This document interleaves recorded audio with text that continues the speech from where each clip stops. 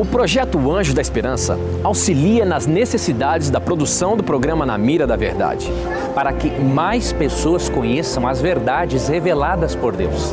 Junte-se a este projeto e ajude a transformar vidas. Sou Anjo. Sou Novo Tempo.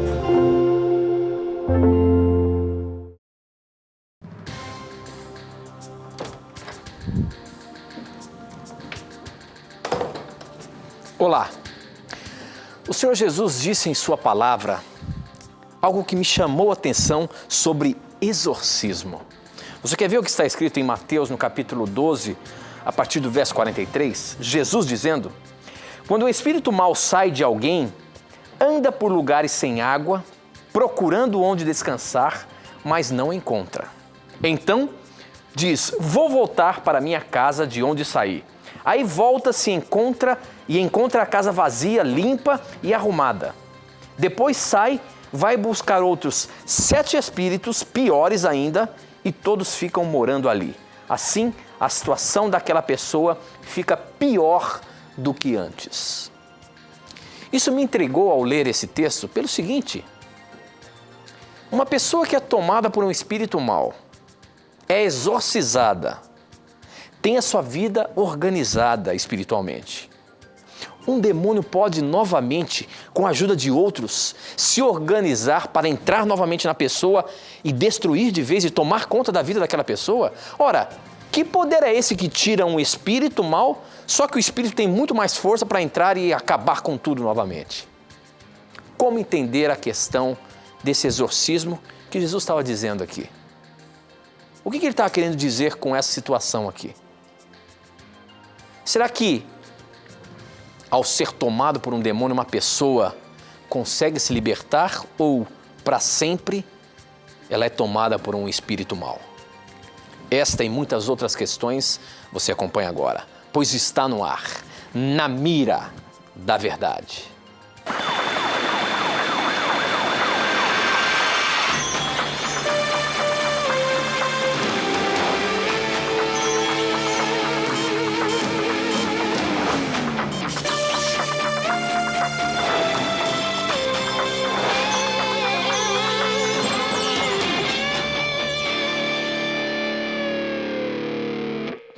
Olá, boa noite, seja muito bem-vindo. Já nos conectamos com o Brasil e o mundo através das ondas do rádio, da internet e da TV Novo Tempo espalhada pelo nosso país. Obrigado aí por você estar mais uma vez fazendo o programa acontecer, porque afinal de contas é a sua audiência, são as suas perguntas que fazem o programa Na Mira da Verdade existir. Obrigado por sua participação, obrigado por você estar aí. De repente você nunca participou do programa, zapeou aí o seu televisor e chegou aqui na TV Novo Tempo. Esse é o programa Na Mira da Verdade, um programa em que você tira suas dúvidas bíblicas através de suas perguntas. Se você tem alguma pergunta, se você tem alguma dúvida bíblica, teológica, sobre religião, a Bíblia poderá responder para você. Portanto, pergunte, não tenha preconceitos e tudo que você perguntar, a Bíblia responderá para você, tá bom?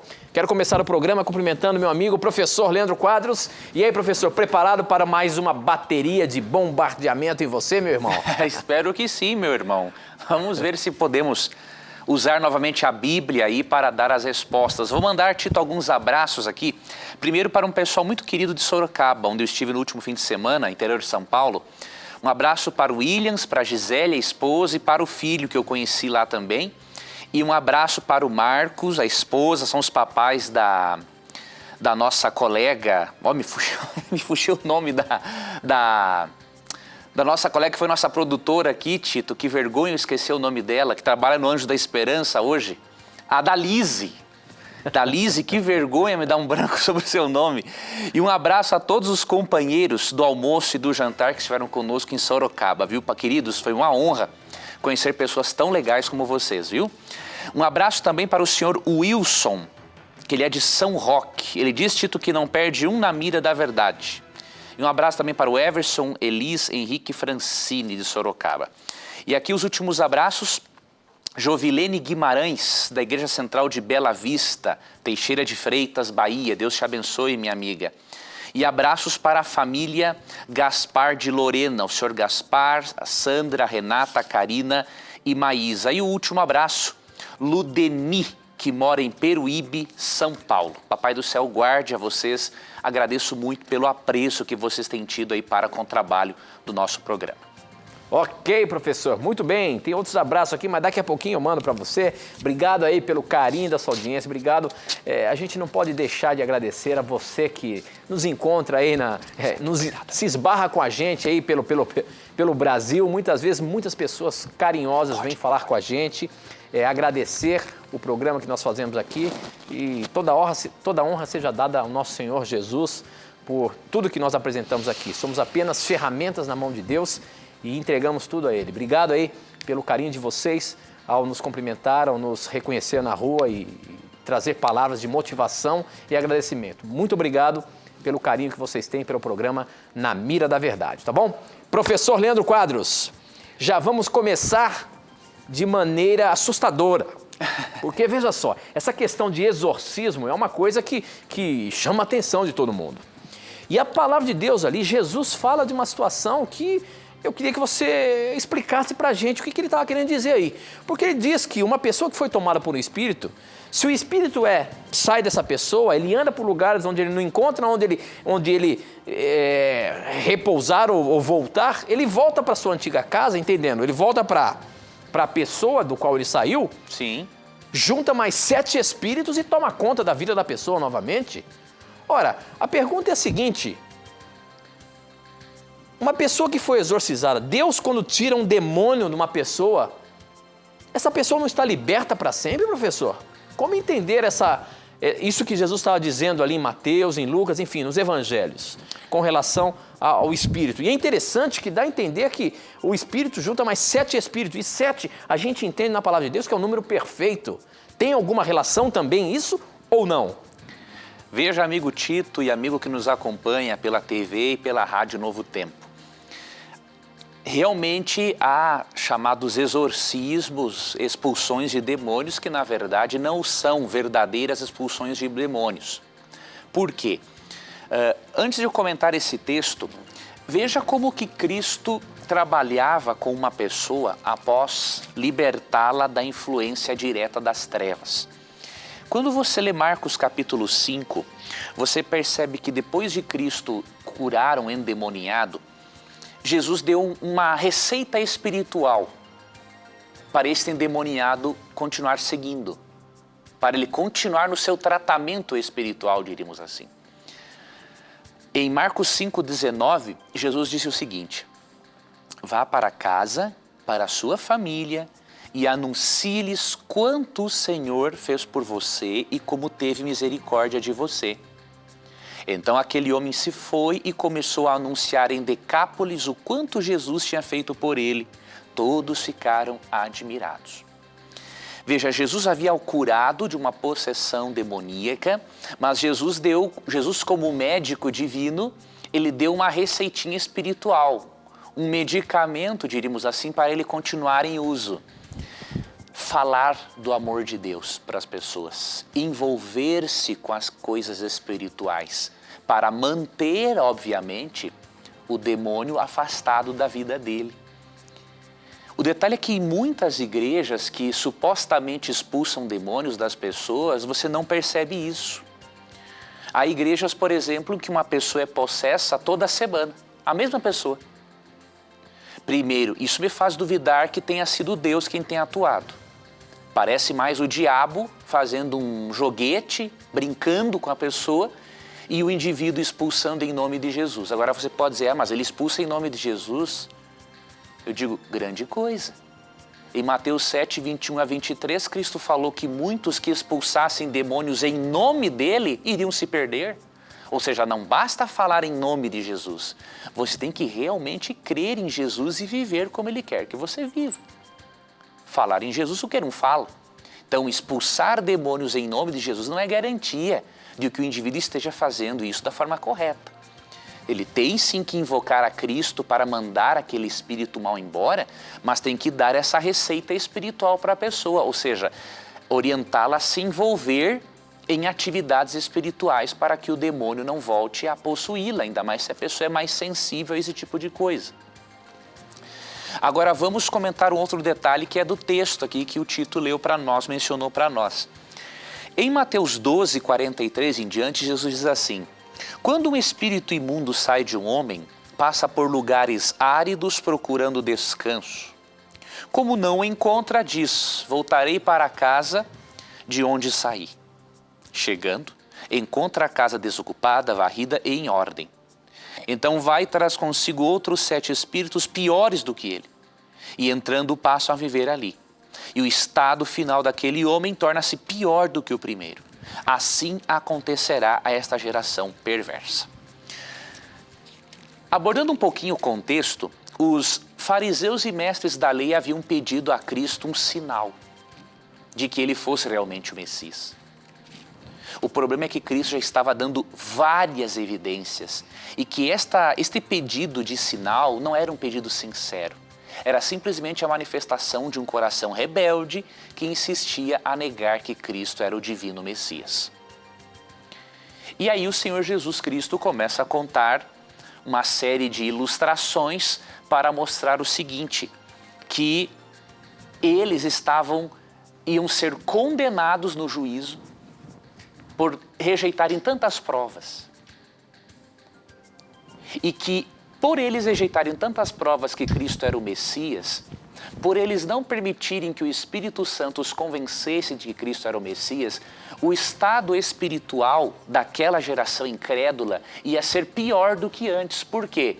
Agora Jesus estava pessoalmente para fazer milagres, para por meio das suas palavras mostrar que ele era o enviado de Deus.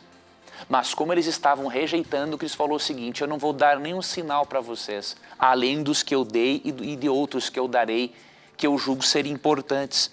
Então o que ele argumenta? Assim como uma pessoa que volta a ser possessa, o estado último dela é pior do que o primeiro, eles por rejeitarem as evidências de que Cristo era o Messias, eles se tornariam mais decaídos espiritualmente ainda. Então esse mais ou menos é o contexto. E aí vem a declaração, que até o Tito fez a pergunta sobre os 7 espíritos. E o Tito corretamente mencionou que o número 7 na Bíblia é o número da perfeição. Então, para Cristo mostrar que o estado do indivíduo que abandona a Deus e não aceita as influências do Espírito, para mostrar que se torna pior do que antes, Jesus usa o número 7. Ou seja, o indivíduo teve um demônio expulso da vida dele, mas não seguiu a receita espiritual de Cristo, não envolveu-se com coisas espirituais, não se envolveu com Jesus. E aí, obviamente, quando o demônio volta, o estado dele se torna pior do que antes. Então, Cristo utiliza o número 7 para destacar o quanto o estado daquele homem se tornaria pior. E para mostrar o quanto a degeneração espiritual daquela geração incrédula seria pior por Jesus estar pessoalmente convencendo-os de que ele era o Messias e eles não terem aceitado. Eu finalizo dando um conselho a você, meu querido irmão evangélico, que frequenta igrejas que dizem expulsar demônios. Tenha muito cuidado em basear a sua fé em milagres. Por quê? O demônio falsifica milagres. O demônio ele pode distorcer a Bíblia, mas ele não pode mudar as palavras que estão aqui. Então o mais seguro é você ir à Bíblia. E não se esqueça de Mateus 7, 21 a 23. Pessoas que falam em nome de Jesus, pregam em nome de Jesus Cristo, expulsam demônios em nome de Cristo, vão se perder do mesmo jeito. Por quê? Falaram em nome de Cristo, mas não viveram como Cristo. E 1 João 2,6 diz assim, que aquele que diz que está em Cristo deve andar como ele andou. Muito bem, professor. Bom, para você participar do nosso programa, você pode acessar as redes sociais ou então o nosso blog. Nosso blog é novotempo.com/Na Mira da Verdade. Além de você poder ver todo o conteúdo do nosso blog que nós postamos ali semanalmente, você tem a chance dos programas ao vivo fazer a sua pergunta e ela chegar aqui na hora para a gente. Você vai ver que do lado direito está escrito que o programa está no ar, você preenche ali e ela chega aqui para mim. Ou então pelas redes sociais, pelo Facebook, namiradaverdade.nt e pelo Twitter, @namiradaverdade, tá bom? A próxima pergunta chegou pelo nosso blog, a pergunta é de Ivete Dorci da Silva, ela é de Itajaí, São Paulo, é isso? Isso mesmo, Itajaí, São Paulo. Ela diz o seguinte: boa noite, esse programa é um dos que eu mais gosto no Novo Tempo. Não tenho dúvidas quanto à trindade, nem à divindade do Espírito Santo. Mas por que em Apocalipse 22, verso 3, onde fala da nova terra, é mencionado apenas os dois tronos, o de Deus e o do Cordeiro? E o Espírito Santo, onde é que fica? Professor Leandro, a gente fala sobre a trindade, Deus Pai, Deus Filho e Deus Espírito Santo, e que são 3 pessoas. Ora, por que esse texto de Apocalipse não reafirma a divindade do Espírito Santo como um ser pessoal, que nós vamos vê-lo no céu também, assim como Deus Pai e o Cordeiro Jesus Cristo, professor? Muito boa pergunta. Em primeiro lugar, parabéns, querida irmã, por você não ter dúvidas quanto a este assunto, porque aceitar a personalidade e a divindade do Espírito Santo é vital para a salvação do crente. A partir do momento que uma pessoa nega a personalidade e a divindade do Espírito Santo, a pessoa está negando o único ser que vai convencê-la de que é uma pecadora e de que precisa de Jesus. Então, a pessoa que nega esse ser, ela está, como diz o ditado, em maus lençóis. Então, parabéns por você acreditar no divino e amável Espírito Santo. Agora, por que ele não aparece em um trono em Apocalipse 22 e em outros textos da Bíblia, como por exemplo, Atos 7, 55 e 56 e Hebreus 1:3? Por que aparece só o Pai e o Filho? A resposta se encontra em João capítulo 16, verso 14, uma das respostas, obviamente, que diz assim: Ele me glorificará, falando do Espírito, porque receberá o que é meu e tornará conhecido a vocês. Em primeiro lugar, o Espírito Santo não é chamado de aquilo ou aquela coisa, é chamado de Ele.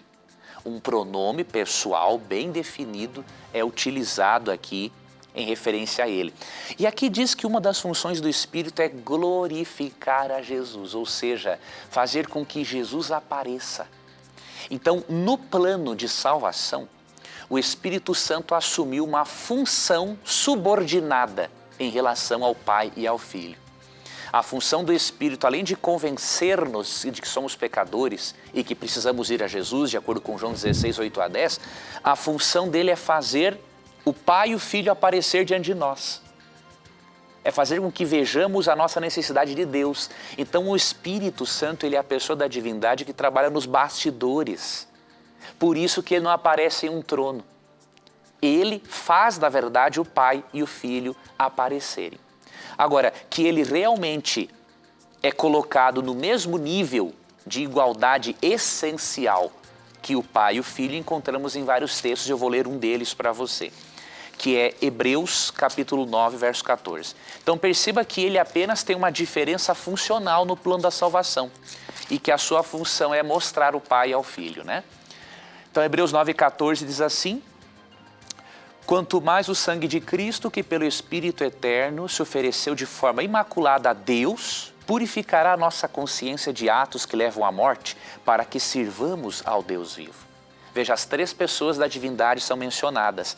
O sangue de Cristo, o Espírito Eterno e Deus são mencionados juntos, ou seja, a trindade trabalhando junta na elaboração do plano de salvação da humanidade. E um outro detalhe, ele é chamado nesse texto de Espírito Eterno, ou seja, ele tem um atributo realmente que só Deus pode ter, a eternidade.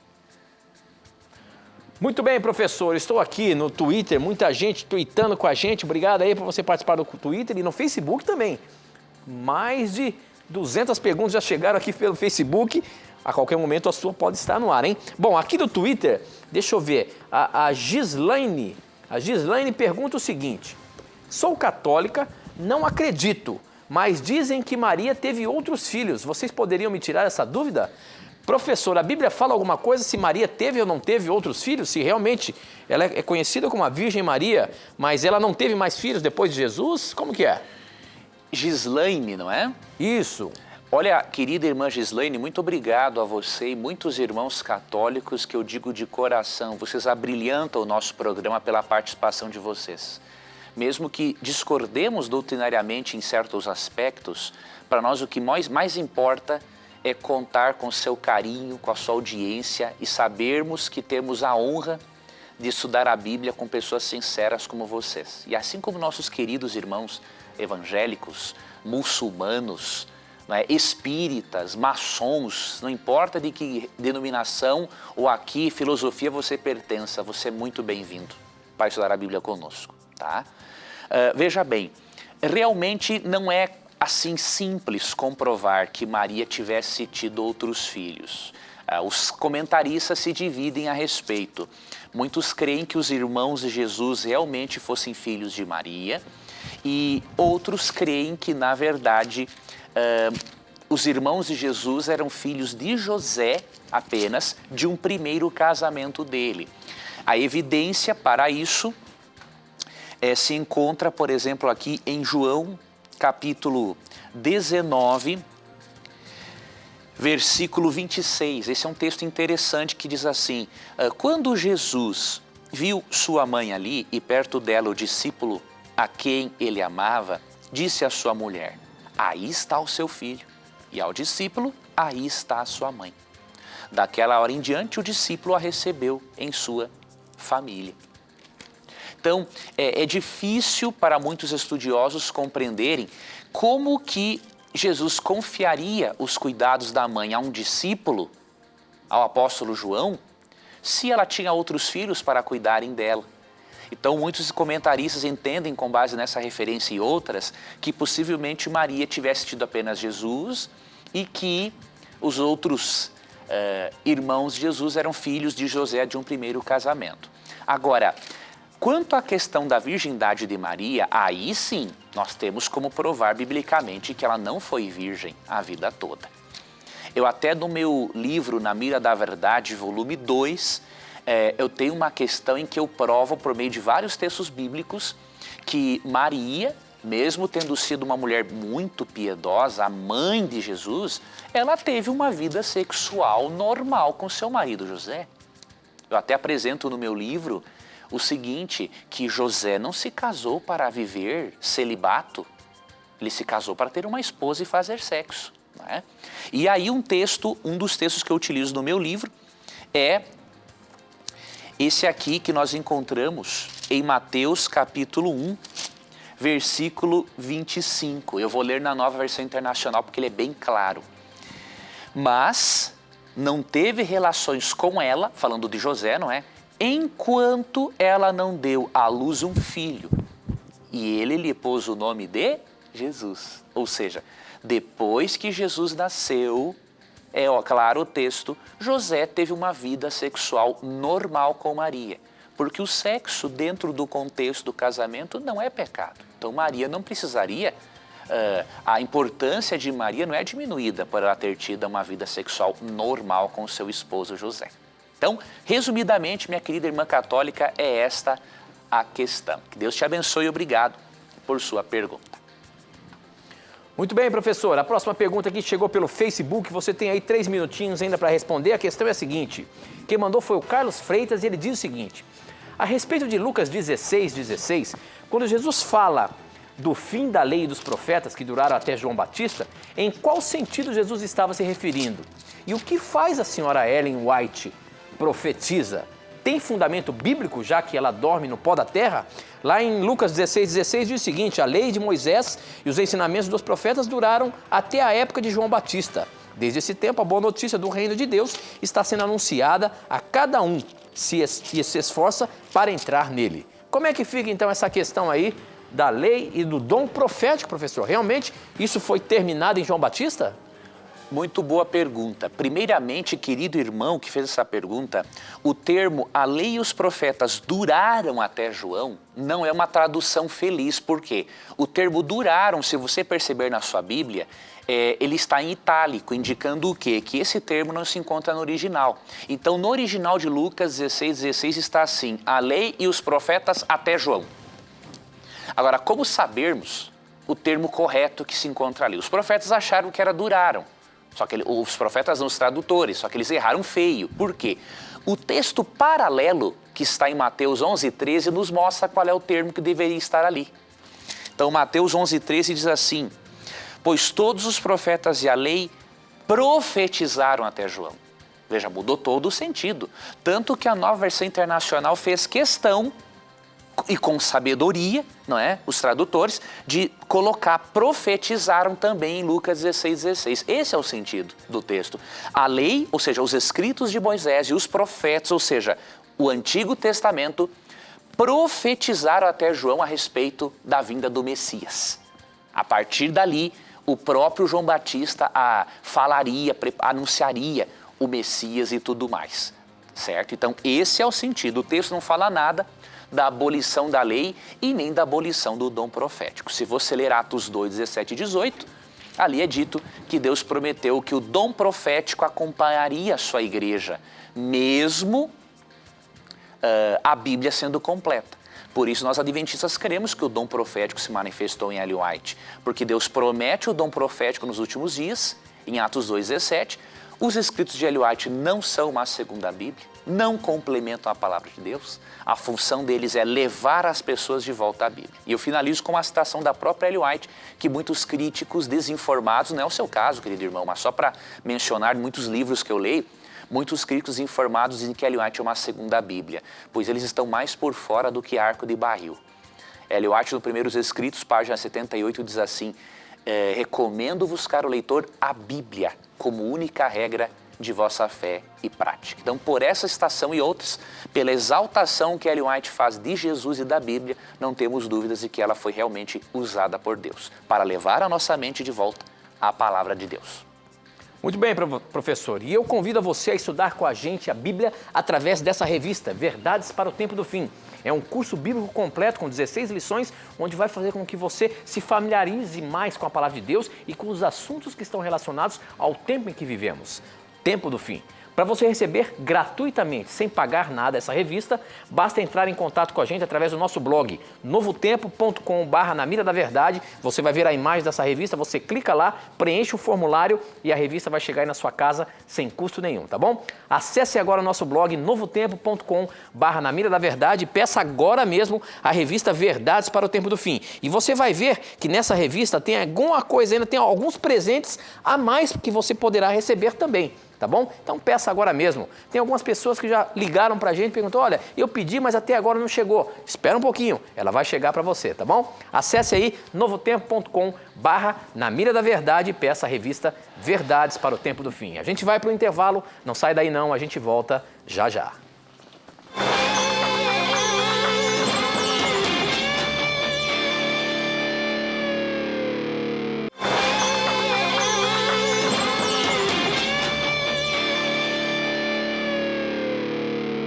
Já estamos de volta, agora são 9 horas e 33 minutos. Este é o programa Na Mira da Verdade, um programa em que você pergunta e a Bíblia responde. Portanto, não tenha preconceitos, pergunte o que você quiser sobre a palavra de Deus, sobre igreja, sobre religião, que nós teremos o maior prazer em responder baseados na palavra de Deus. Professor Leandro Quadros, eu queria mandar um abraço especial para o seu Hélio Astério e a Dona Maria da Graça, lá de Lauro de Freitas, na Bahia, que estão assistindo o programa Na Mira da Verdade. Um abraço todo especial para o senhor aí, a senhora que acompanha o programa. Obrigado pelo carinho da sua audiência, tá bom? Mas eu já queria colocá-lo na mira, meu amigo. Vamos, meu irmão. A questão chegou pelo Facebook, quem mandou foi a Jane Pradella e ela diz o seguinte: boa noite, Tito. Gostaria de tirar uma dúvida com o professor Leandro. Então é você que está na mira, presta atenção. A doutrina espírita acredita que alguns animais são sensitivos, como por exemplo o cachorro, o gato, o cavalo, e conseguem ver espíritos. Em Números 22, 23, lemos a passagem da jumenta que viu um anjo. Esse texto é simbólico ou literal? Devemos acreditar que os animais possuem habilidades paranormais? Professor Leandro Quadros, a gente sabe aí que a jumenta de Balaão viu o anjo aí, chegou e conversou com o Balaão. Ui, gente, Balaão não tá vendo o anjo? Como é que fica essa questão aí, professor? Na verdade, os animais têm essa sensibilidade de ver espíritos? Olha o que acontece. Em primeiro lugar, aqui em Números 22, você percebe que para Deus usar aquele animal e mandar uma mensagem para Balaão, um anjo de Deus, não é? Tomou posse ali sobrenaturalmente da ocasião e falou por intermédio daquele animal. Não é? Então ali foi um evento sobrenatural. Agora, nós não temos uma resposta bíblica que indique que os animais tenham essa capacidade de ver espíritos maus. A Bíblia não se detém nisso. O que eu me recordo é de muitos antigos, não é? Como meus avós e outros tios, né? Por parte dos avós, assim, dizerem que muitas vezes um animal, quando estava com um cachorro, tendo um uivo muito diferente e estranho, isso era sinal de que ele estava vendo coisas que nós não vemos. Mas a Bíblia não tem comprovação sobre isso, a Bíblia realmente não fala sobre esse assunto. Então, como é um assunto que não faz parte da revelação, e eu prefiro assim não opinar, né? Dar uma opinião simplesmente minha, porque não tem realmente nada na revelação. Agora, por mais sinceros que sejam os nossos irmãos espíritas, precisamos sempre recordá-los, não é, com base na Bíblia, de que não há uma sobrevivência de alma ou espírito após a morte. A Bíblia ensina que a única forma de nós voltarmos à vida é por meio da ressurreição do corpo, que não é a mesma coisa que reencarnação. Ressurreição em 1 Coríntios 15, 51 a 55, e 1 Tessalonicenses 4, 13 a 18 é ressurgir o corpo mesmo, por ocasião da volta de Jesus Cristo. Muito bem, professor. Ainda nesse tema de animais, a dona Elza e o Paulo de Tarso fizeram uma pergunta interessante aqui, na verdade, na sinceridade do seu coração. Eles estão dizendo aqui, eles perderam um cachorrinho, professor, e eles querem saber se, porventura, no céu vão ter a chance de ver esse seu animalzinho de tanta estima. E ele ainda pergunta mais, ele quer saber o seguinte: é pecado nós pedirmos para podermos ver esses animaizinhos no céu? Como é que fica essa questão aí desse sentimento humano que temos pelos animais de estimação? Será que a Bíblia dá algum vislumbre sobre isso, se os animaizinhos que não tem nada a ver com o pecado, se eles poderão estar no céu? Como é que é isso, professor? Veja bem, meus queridos irmãos, em primeiro ponto, a Bíblia diz que, aqui tem um texto, eu vou encontrar para vocês um texto de Isaías 11.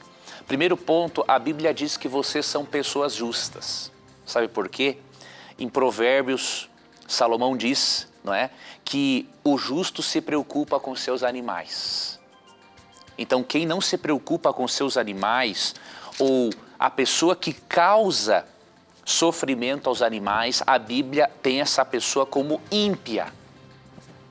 Primeiro ponto. Então, e ímpio não vai para o reino dos céus, não é? Então, quem maltrata animal, saiba que Apocalipse 11, 18 promete que Jesus voltará para destruir os que destroem a natureza, viu? Então, cuidado se você é maldoso ou maldosa para com os animaizinhos.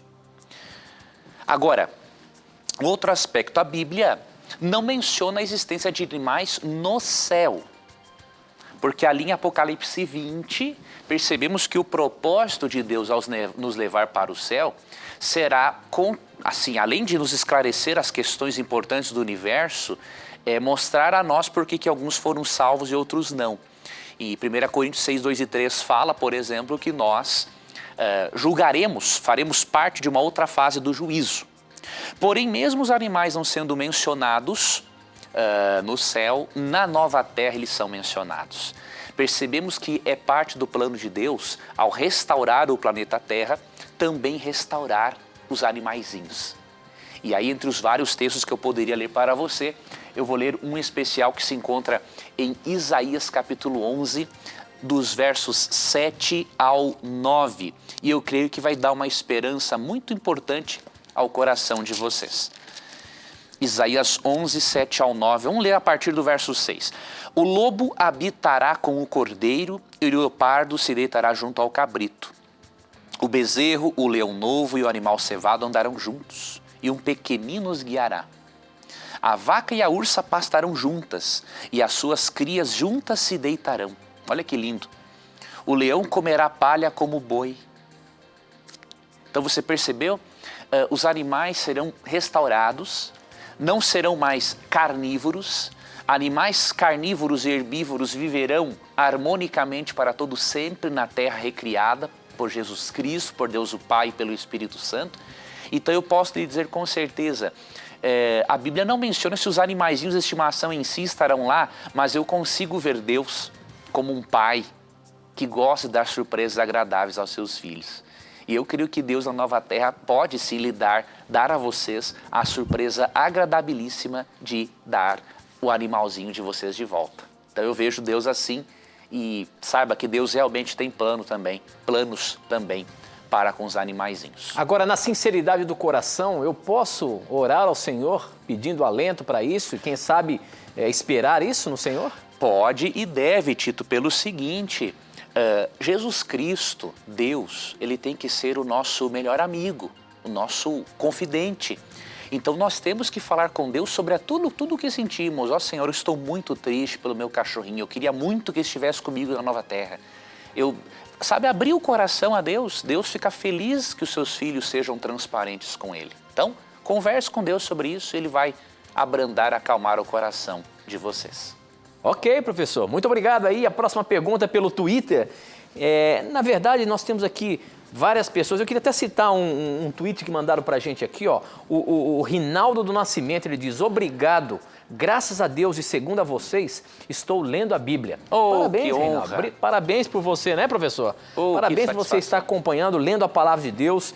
Isso realmente é uma bênção. Nós precisamos estudar cada vez mais esse livro que eu costumo dizer que é o nosso manual de sobrevivência. Afinal de contas, nele está o caminho que vai nos levar para o céu. Acredite nisso. Esta é a palavra de Deus verdadeira para a sua vida, para mudar a sua vida. Continue lendo a palavra de Deus. E você que está nos assistindo, que talvez ainda não parou para ler ou quem sabe acha difícil a leitura desse livro, peça o poder do Espírito Santo para fazê-lo entender e compreender o que aqui está escrito. Eu tenho certeza que você vai descobrir verdades que irão transformar a sua vida. Professor Leandro Quadros, o Juliano pelo Twitter, Juliano Pereira, diz o seguinte: Estevão afirmou, cheio do Espírito Santo, que a lei foi dada por anjos. Como fica isso? Não foi pelo próprio Deus? Estevão chegou a mencionar isso, professor? Como é que é o que o Juliano está perguntando aqui? Foi o seguinte, ali em Atos capítulo 7 e 8, Estevão, no seu sermão ali, diante daqueles líderes perversos, ele faz essa menção. Mas isso não é uma contradição com Êxodo 20, que fala que foi Deus quem deu a lei, pelo seguinte: quando Deus deu a lei, obviamente, o monte também estava ali rodeado de anjos. Então, quando ele diz que a lei foi dada por anjos, quer dizer que eles fizeram parte daquele evento glorioso do Sinai quando Deus entregou a lei. Então, na verdade, Estevão está simplesmente dando um complemento de informação e não contradizendo Êxodo capítulo 20. Ok, professor, muito bem. A próxima pergunta vem pelo Facebook e está baseada em 2 Coríntios 12, 2. Mas ele pergunta o seguinte: Paulo faz menção a um homem que teria sido arrebatado ao terceiro céu. Professor, existem graus de glória diferentes no reino de Deus? Olha aí, professor. Como é que é? 2 Coríntios 12, verso 2, diz o seguinte: Conheço um cristão que há 14 anos foi levado, de repente, até o mais alto dos céus, ao terceiro céu. Não sei se isso de fato aconteceu ou se ele teve uma visão, somente Deus sabe. Mas quando fala terceiro céu, classifica que existe mais de um, pelo menos 3. 1, 2 e 3. Como é que é isso, professor? A Bíblia dá alguma resposta sobre isso? E a pergunta dele é interessante. Existem graus de glória diferentes no reino de Deus? Na verdade, querido irmão, quando você lê 2 Coríntios 12, você percebe que Paulo está falando dele mesmo. Interessante, não é? Ele fala: conheço um homem, não é, que há 14 anos foi arrebatado ao terceiro céu. Então ele fala dele mesmo, né? E o que acontece? Na verdade, essa é uma linguagem bíblica não para dizer que existem diferentes graus no céu. O que acontece? O detalhe é que o primeiro céu é o céu atmosférico, o segundo céu é o céu estelar, onde tem as estrelas, obviamente, e o terceiro céu seria o paraíso. Então, o autor bíblico, não é, o judeu, ele entendia assim. Então ele mencionou o terceiro céu para dizer que esta pessoa em visão, não é, ele foi até o paraíso. onde ele ouviu coisas a respeito de lá que Deus revelou e outras coisas que Deus pediu para ele não revelar. Então, é simplesmente uma forma bíblica, não é, de dizer, de se referir ao céu nos seus 3 níveis, diríamos assim. Ao céu atmosférico, ao céu estelar e, obviamente, ao paraíso. Então, não se refere, não, a níveis diferentes de glória. Até mesmo porque Romanos 2,11 diz que Deus não faz acepção de pessoas, de modo que seria impossível Deus privilegiar mais uns do que outros na eternidade nesse aspecto. Você fica agora aqui no Na Mira da Verdade, o momento da mentira.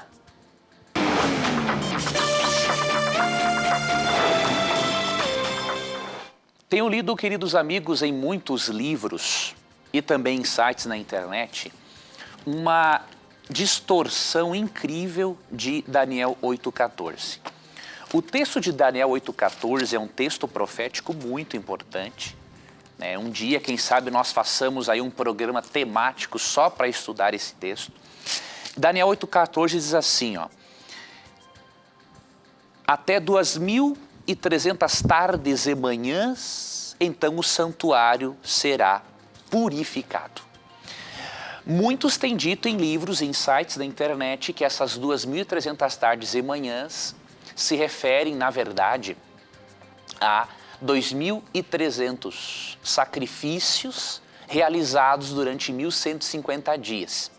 E que quando o templo foi profanado, durante 1.150 dias, por Antíoco Epifânio, e como eram oferecidos 2 sacrifícios, um na manhã e outro na tarde, então esse período de 2.300 tardes e manhãs seriam 2.300 sacrifícios que deixaram de acontecer no templo quando ali, por volta do século II a.C., Antíoco Epifânio profanou o templo por 1.150 dias. Então até algumas traduções chegaram a traduzir, né, depois de 1.150 dias, o santuário será purificado.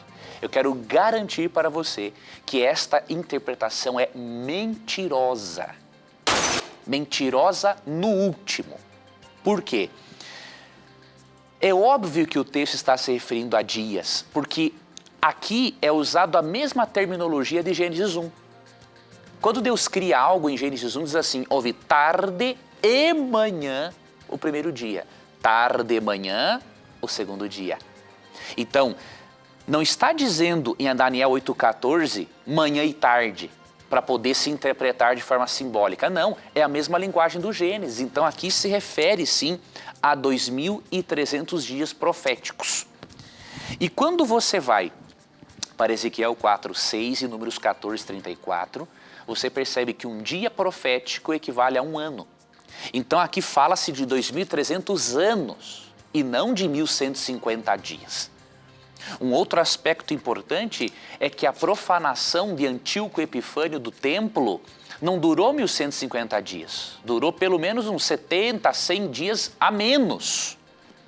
Então a profecia não se enquadra em Antíoco Epifânio, é forçar muito a barra, pegar Daniel 8,14 e colocar ali no texto algo que não é verdade. Tá bom? Então tenha cuidado com essas mentiras divulgadas em livros na internet. Fixe-se na palavra de Deus, porque um detalhe pode fazer uma grande diferença na compreensão do todo depois. Muito bem, professor.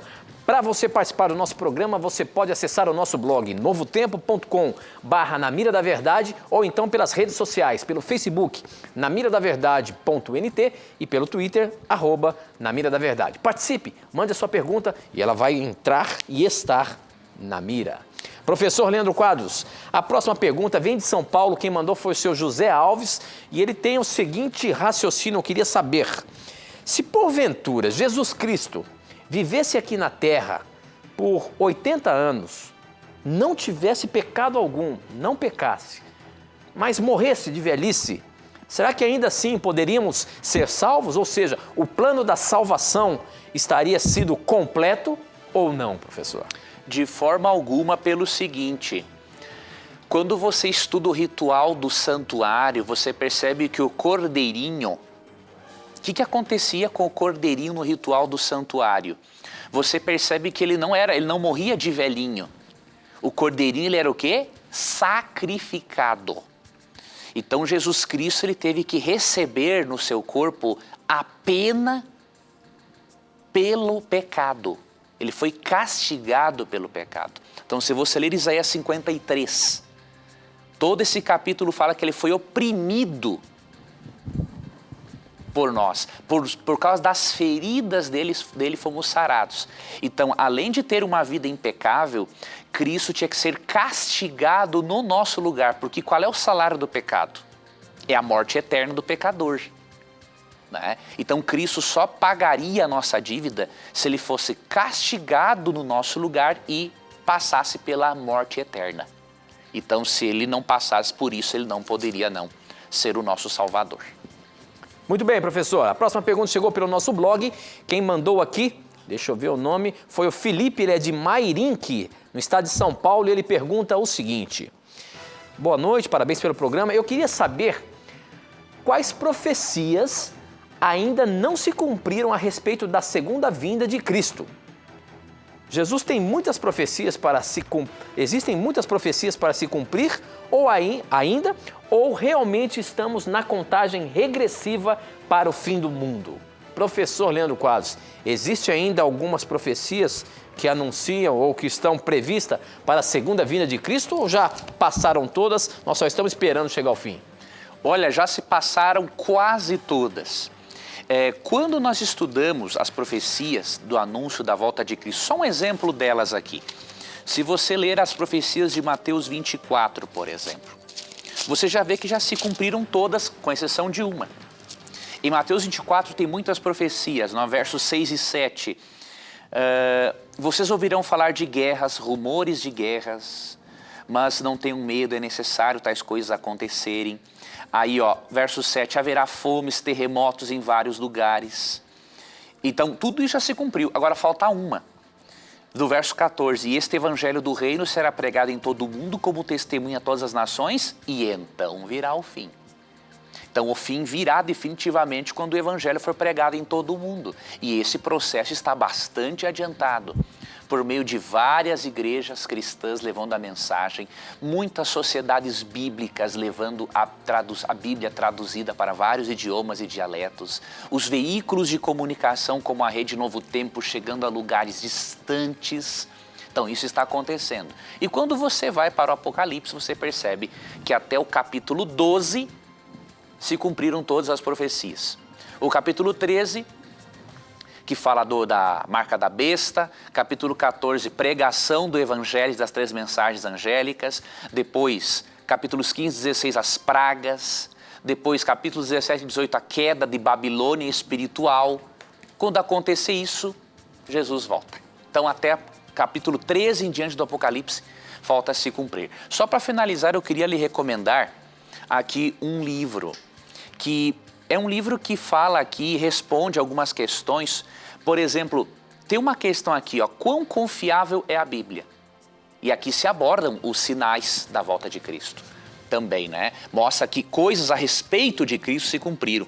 Esse livro aqui é o livro intitulado A Lógica da Fé. Respostas inteligentes para perguntas difíceis sobre nossas crenças. Este é um livro que você deveria ter. Olha, além de mostrar a confiabilidade da Bíblia, o que significa dizer que a Bíblia é inspirada, até que ponto descobertas arqueológicas confirmam a Bíblia, por que eu creio em Deus, fé e razão são compatíveis, o que há de único em Jesus, Jesus realmente ressuscitou, ou seja, várias questões importantíssimas, um total de 20 questões.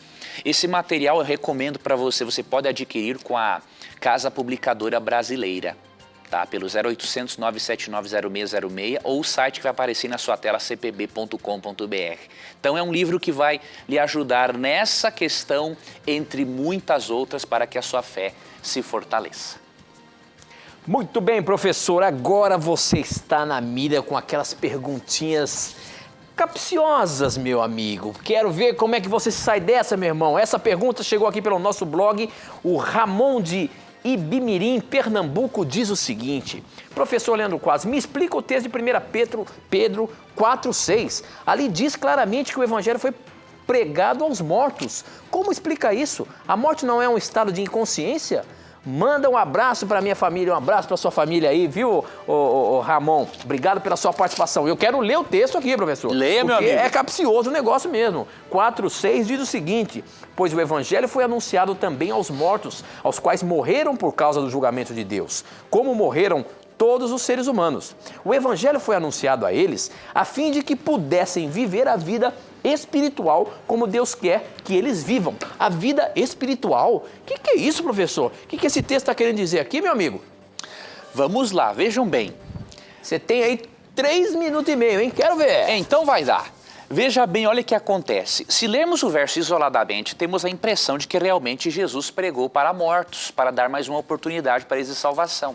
Só que nós percebemos na Bíblia que isso aí contradiria tudo que a Bíblia ensina. Por exemplo, em Hebreus 3:13 fala assim, ó: ao contrário, encorajem-se uns aos outros todos os dias durante o tempo que se chama hoje, de modo que nenhum de vocês seja endurecido pelo engano do pecado. E no verso 15, se hoje vocês ouvirem a sua voz, não endureçam o coração. Ou seja, a oportunidade de salvação é só em vida. Não há segunda oportunidade após a morte. E esse conceito Paulo repete lá em 2 Coríntios 6, verso 2. Outro aspecto, esse texto de 1 Pedro 4:6 contradiria Eclesiastes 9, 5, 6 e 10, que afirma que um morto não sabe coisa alguma. E qual o objetivo do texto então, meu amigo? Aí que está o detalhe. Para nós o entendermos, temos que ler o verso 5. Contudo, eles terão que prestar contas àquele que está pronto para julgar os vivos e os mortos. Por isso mesmo o evangelho foi pregado também a mortos, para que eles mesmos julgados no corpo, segundo os homens, vivam pelo Espírito, segundo Deus. Ou seja, o evangelho foi pregado aos mortos, mas quando eles estavam vivos. No contexto, no verso 5, fala que o julgamento é para vivos e mortos. E óbvio, esses que estavam agora mortos, quando Pedro escreveu a carta, receberam o evangelho quando estavam vivos. Ele simplesmente está dizendo o seguinte: o evangelho foi pregado a pessoas que hoje estão mortas, mas obviamente, quando elas receberam o evangelho, estavam vivas. Então é importante lermos o verso 5 para interpretarmos, juntamente com outros textos que eu citei, para vermos que a Bíblia não ensina a consciência após a morte e muito menos a oportunidade de salvação depois da morte. Muito bem, professor. Ainda sobrou 2 minutinhos. Eu tenho mais uma perguntinha para você. Vamos no Facebook, o Roberto Silva diz o seguinte: boa noite, amados. Minha dúvida é como o Espírito Santo se manifesta na vida de uma pessoa. Como é que é, professor? É só através do dom de línguas? Como é que é? Olha que interessante. O Espírito Santo se manifesta na vida da pessoa produzindo uma sensação maravilhosa de paz, bem-estar e qualidades de caráter que encontramos em Gálatas 5, 22 e 23. E com essa leitura a gente finaliza o programa. Olha o que o Espírito faz quando está em uma pessoa. Gálatas 5, 22 e 23. Mas o fruto do Espírito é amor, alegria, paz, paciência, amabilidade, bondade, fidelidade, mansidão e domínio próprio. O Espírito Santo é um ser tão especial que quando ele está na sua vida, ele torna você mais amoroso ou amorosa, lhe torna mais alegre, mais pacífica, mais paciente, mais amável, mais bondosa, mais fiel, mais mansa e com domínio próprio.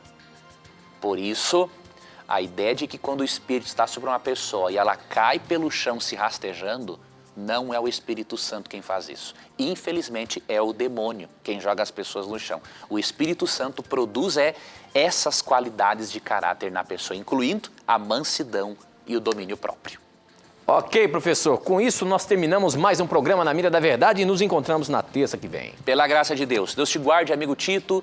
Um abraço a você, amigo telespectador, amigo internauta. Deus abençoe muito a sua vida também, amigo ouvinte da Rádio Novo Tempo. Muito obrigado pelo carinho. E nunca se esqueça, você que acompanha o nosso programa, sempre que você tiver a coragem de perguntar unicamente a Bíblia, terá a coragem de lhe responder.